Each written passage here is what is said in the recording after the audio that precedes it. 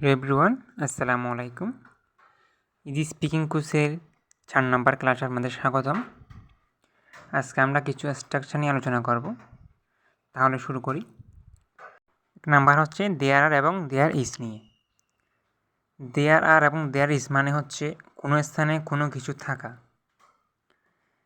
এর ক্ষেত্রে অ্যাফার্মেটিভের ক্ষেত্রে স্ট্রাকচার হবে there are or is plus noun plus place. নেগেটিভের ক্ষেত্রে there plus is or are plus not or no plus noun plus place. তাহলে আমরা কিছু এক্সাম্পল দেখি। There are 3 cow in the field. মাঠে 3টি গরু আছে। There are many star in the sky. আকাশে অনেক তারা আছে। There is no man there. ওইখানে কোনো মানুষ নেই। তাহলে আমরা দ্বিতীয় নম্বরটা শুরু করি। সেটা হচ্ছে দেয়ার ওয়াজ অর ওয়ার। কোনো কিছু আগে ছিল কোনো স্থানে। সেক্ষেত্রে অ্যাফার্মেটিভের ক্ষেত্রে স্ট্রাকচার হবে there plus was were plus noun plus place.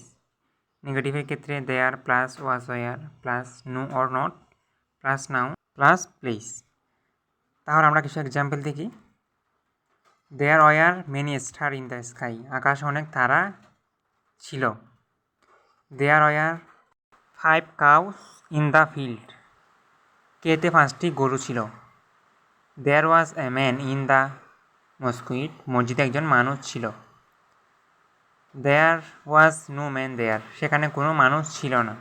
3 নাম্বারটা হচ্ছে দেয়ার উইল বি নিয়ে।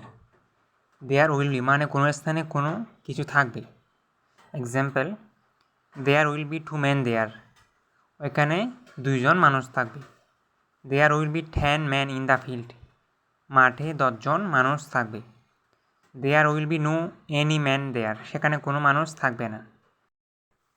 এখন আমরা কিছু ভোকাবুলারি নিয়ে আলোচনা করব। আই ডু আমি করতাম।